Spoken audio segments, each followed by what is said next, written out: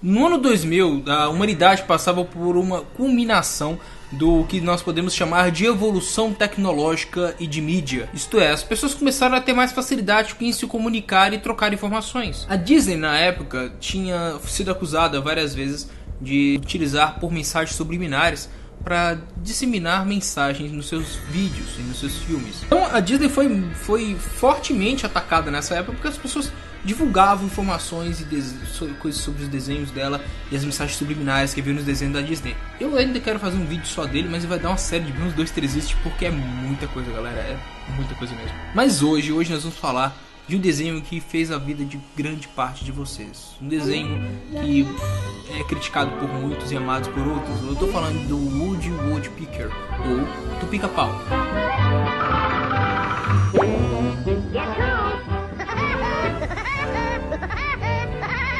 As cenas a seguir serão sim perturbadoras. Elas fazem parte de comentários feitos na internet. E nada que eu vou dizer aqui é baseado errado. Tudo que eu falar aqui são baseados em fatos reais. E se você tiver algum argumento contra as coisas que eu falarei nesse vídeo, por favor, solta o comentário, está aí. E eu não excluo o comentário de gente que é contra a minha opinião, ao contrário. Eu quero mesmo que esse vídeo se torne um vídeo rico. De qualquer forma, se você sofre síndrome do pânico ou problemas cardíacos, por favor, não assista esse vídeo. Se você quiser saber a verdade sobre o Pica-Pau, seja bem-vindo. Você agora está sob sua própria conta e risco.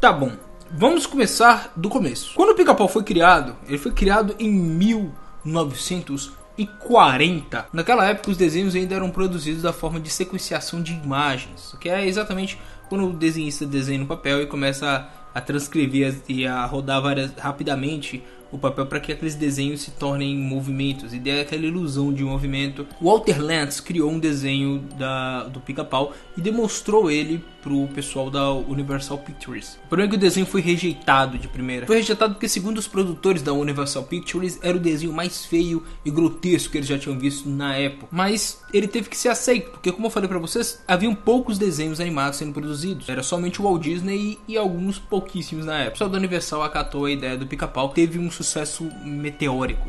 O desenho era em si algo diferente para a época, porque o herói não era um herói, era um anti-herói, e anti-herói é uma coisa que sempre atraiu as pessoas. O Pica-Pau, a verdadeira história de onde ele foi desenhado foi por causa que o criador dele, Walt Lantz, estava em sua lua de mel e ele resolveu passar a lua de mel dele num chalé.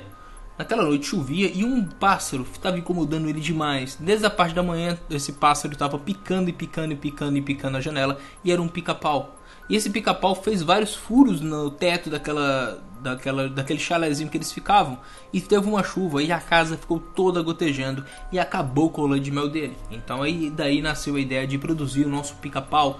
O nome original dele nem era Pica-Pau. O nome original dele era Knock Knock, por causa desse batido que ele fica fazendo quando tá picando. Mas no final o pessoal da Universal Pictures resolveu deixar o Woody Woodpecker, ou Pica-Pau. Agora, por que ele faz tanto sucesso? E por que o governo da época fez um apoio financeiro muito grande pro Pica-Pau? E agora vai vir a parte do vídeo que você não queria saber, que é a verdade sobre o Pica-Pau e por que ele faz tanto sucesso. E por que eu acho que ele não é um desenho tão legal quanto ele parece. Naquela época era normal que o governo financiasse projetos de desenhos que ajudassem a divulgar a palavra do governo. O pessoal da Disney já tinha utilizado isso. Em vários desenhos você vê o Pato Donald batendo a mão no peito e fazendo sinal em respeito à bandeira dos Estados Unidos, entre outras mensagens que o Walt Disney também já passava nos desenhos dela. E não foi diferente com o Pica-Pau. Vamos começar com o corpo dele. O corpo dele basicamente tem 3 cores: vermelho, azul e branco. Essas cores são as cores dos Estados Unidos. O vilão dele sempre é algum animal que representa algum país que os Estados Unidos era contra. Ele queria ensinar as crianças a serem contra aquilo. Não só as crianças, mas também os pais dessas crianças, e criar um desejo de ódio contra aquelas pessoas. O exemplo, o Leôncio, basicamente o vilão que mais aparece no Pica-Pau, o Leôncio. O Leôncio é sueco. E sempre ele demonstra ser viciado em salsichas, ouvir a palavra da Suécia. Pica-pau comum? Meu restaurante não serve comida pra gente comum. O Leôncio em si é um quadro racista dos suecos, entendeu? Eles não são daquele jeito, mas é a forma que eles tinham pra poder desmistificar o Leôncio e deixar ele risível, deixar ele humorístico, engraçado, e o Pica-Pau podendo enganar ele sempre, porque o Leôncio é burro. A Meni Ranheta, ela apareceu muito nos Pica-Pais mais recentes, ela é alemã. Você vê os trejeitos dela, são trejeitos alemãos. Vendo aqui, quem é esse? Essa é a Foca Alice, eu tô cuidando desse bebezinho.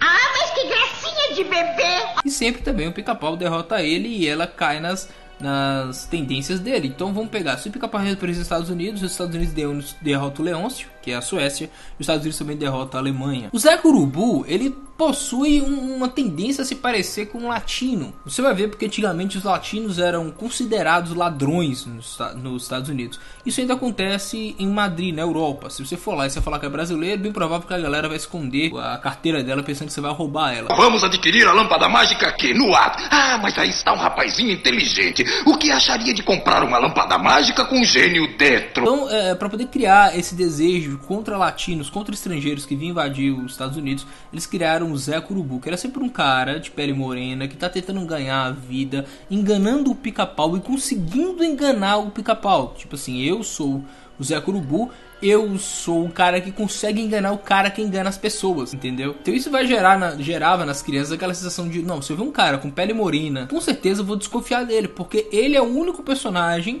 que é mais esperto que eu, mas no final eu consigo derrotar ele. Para finalizar esse vídeo, eu gostaria de falar de algumas aparições subliminares que possivelmente apareceram no Pica-Pau. E antes de poder falar sobre isso, eu preciso explicar algumas coisas para você. Antes de nós analisarmos sobre o Pica-Pau, nós temos que entender em que ano ele foi criado, em que ano ele conseguiu em que época ele conseguiu a sua fama dentro dos Estados Unidos. Naquela época era aceitável o racismo, naquela época era aceitável você zoar um homossexual, naquela época era uma época no qual os Estados Unidos ainda era um país que tinha vencido sim legalmente o racismo e o preconceito, mas ainda era um país preconceituoso e racista. E acima de tudo, os Estados Unidos era um país cristão. Então você não podia apresentar coisas que falavam sobre o diabo. Isso era de mau gosto, as pessoas não gostavam disso. Na hora que eu vou te mostrar essas mensagens subliminares, provavelmente vai passar na sua cabeça Saulo, mas hoje em dia essas mensagens subliminares é só comédia. Se eu visse isso aqui, eu deixava minhas filhas assistir, porque eu sei que é só comédia. Mas antigamente não era comédia. Falar de Deus e diabo era errado, era de mau gosto, até mesmo para televisão. Existe um episódio que passa muito na Record, que tem por nome de O Afanador de Gasolina. O Pica-Pau tava abandonando ainda a sua fase inicial, no qual era aquele Pica-Pau louco, e tava começando a entrar no Pica-Pau mais recente. O que é? Desculpa, minha gata tá aqui tentando chamar a atenção. E nesse desenho tem uma parte que os Estados Unidos estavam passando por uma situação muito difícil de falta de gasolina. Então o Pica-Pau, que é um corredor muito aflito, corre em direção a uma estrada, e no caminho daquela estrada ele lê uma mensagem do governo americano. Essa viagem é realmente necessária? Nessa hora ele vira pra câmera e sem motivo nenhum ele fala: se essa viagem é necessária, eu sou um diabo necessário. Esta viagem é realmente necessária? Claro que é necessária. Eu sou um diabo necessário. Como eu disse, gente, pode parecer brincadeira, até eu rio quando eu vejo isso, mas para aquela época não era uma boa mensagem a se passar, não era uma mensagem certa a se passar. As pessoas eram muito religiosas. Por que os criadores colocariam isso no desenho? Entre o desenho por nome de O Seu Melhor Duende, o Pica-Pau encontra um duende que é a versão dele mesmo verde.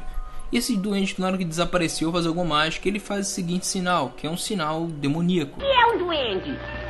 Duende é um anãozinho benfazejo que veio daí. É um anãozinho benfazejo. E sim, você pode falar assim, mas era no sinal do rock, mas por que ele iria ser introduzido no Pica-Pau, que era um desenho infantil? Que é, gente? Eu tô trabalhando pra comprar sua ração. Para. Cala a boca. E todo desejo que ele faz pro Pica-Pau dá errado. Até que o momento que ele, depois de ter passado por vários problemas com esse duende, o duende pergunta qual é o próximo desejo do Pica-Pau, e o desejo do Pica-Pau é: vá para o inferno. Ele desaparece da Terra e aparece no inferno, que tem uma outra versão demoníaca do Pica-Pau. Ele fala: finalmente você voltou de onde você saiu. O que nos leva a crer que aquele pequeno duendezinho não era um duende, era um demônio que tinha fugido do inferno para atazanar o Pica-Pau. É o último desejo, e pense bem.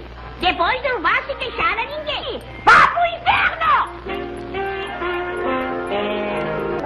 Bem-vindo ao seu lar, Otto. Quer dizer que conseguiu voltar ao seu lar antigo? Agora eu pergunto, gente, por quê? Por que ele colocaria isso no desenho? Só me explica, vai nos comentários e me explica por que isso seria engraçado para aquela época. Se eu esqueci de citar alguma coisa, se vocês não concordam comigo, ou se concordam e quer complementar esse vídeo, deixa aí na barra dos comentários pra gente transformar esse vídeo num centro de informações, entendeu? Pra deixar esse vídeo mais rico. Se você gostou desse vídeo, deixa seu gostei. E se você não é inscrito no meu canal, inscreva-se no botão de baixo. Se você já é inscrito, cara, verifica se você ainda tá inscrito, porque o YouTube tá desinscrevendo a galera sem pedir. Se você tá vendo esse vídeo pelo celular, vai no meu canal e clica no sininho para receber as notificações do meu vídeo e receber mais vídeos quando eles saírem. Você tem ideia de algum monstro ser lenda ou creepypasta para poder apresentar nesse quadro? Deixa na barra dos comentários e vou estar apresentando para você. Talvez eu te ajude numa situação difícil. Mais uma vez eu serei eternamente grato. Bem, e essa foi a verdade sobre o Pica-Pau. Campo desligo.